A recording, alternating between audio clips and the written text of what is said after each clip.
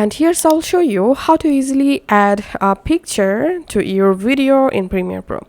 So this is my video clip and this is my timeline. Now I want to insert or add image here. So first of all, go to project panel and double click on a blank space, or you can just press Ctrl I to open this import window. Now from your computer, select the image and click on open.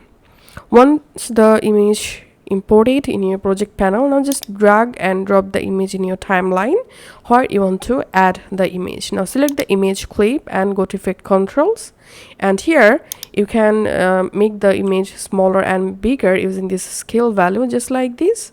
Also you can select motion and just you can just change your image location just like this. You can also click and drag any of this handle to resize your image.